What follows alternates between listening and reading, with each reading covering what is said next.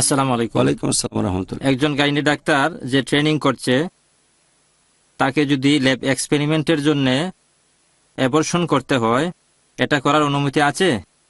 আর অনেক গ্রামে দেখা যায় যে কোনো মহিলা ডাক্তার নেই, গাইনি ডাক্তার, তখন মহিলারা বাচ্চা প্রসবের সময় কোনো পুরুষ ডাক্তারের কাছে যেতে পারবে কি?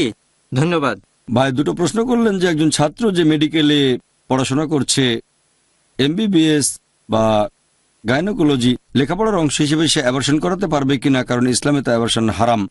দ্বিতীয় প্রশ্ন হচ্ছে, একটা গ্রামে যদি কোনো মহিলা গাইনি ডাক্তার না থাকে তাহলে মহিলারা পুরুষ ডাক্তারের কাছে যেতে পারবে কিনা ডেলিভারির জন্য। আপনার প্রথম প্রশ্নের ব্যাপারে যদি বলতে হয়, আমিও এক সময় এমবিবিএস করেছি।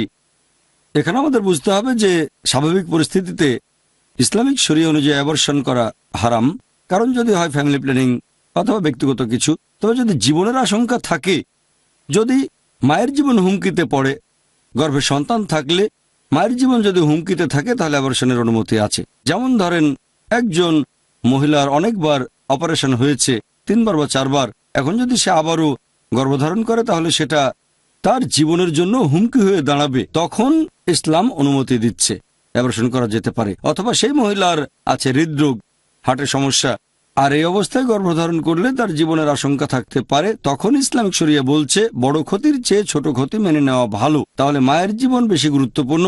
এই ধরনের পরিস্থিতিতে অ্যাবর্শনের অনুমতি আছে। এখন যদি এটা বাধ্যতামূলক হয় যে কমপক্ষে একজন ছাত্র এতগুলো অ্যাবর্শন করবে বা এতগুলো ডেলিভারি করবে, এটাকে অ্যাবর্শন না বলে ডেলিভারি বলা যায়। তবে উপরের লেভেলে অ্যাবর্শনের প্রয়োজন আছে।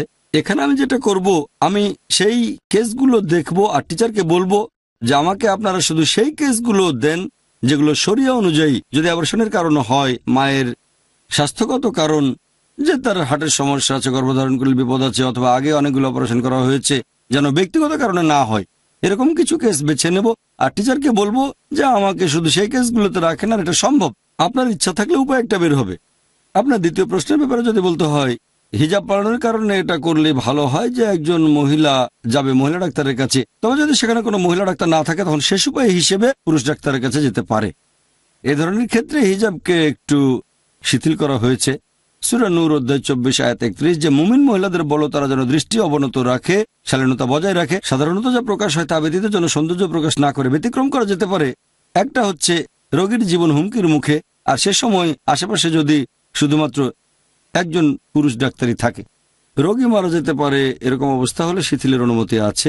এটা ছাড়া যখন জীবনসঙ্গী বেছে নেবেন সে সময় হবু স্ত্রীর মুখ দেখার অনুমতি আছে, এ সময় দেখতে পারবেন। আশা করি উত্তরটা পেয়েছেন।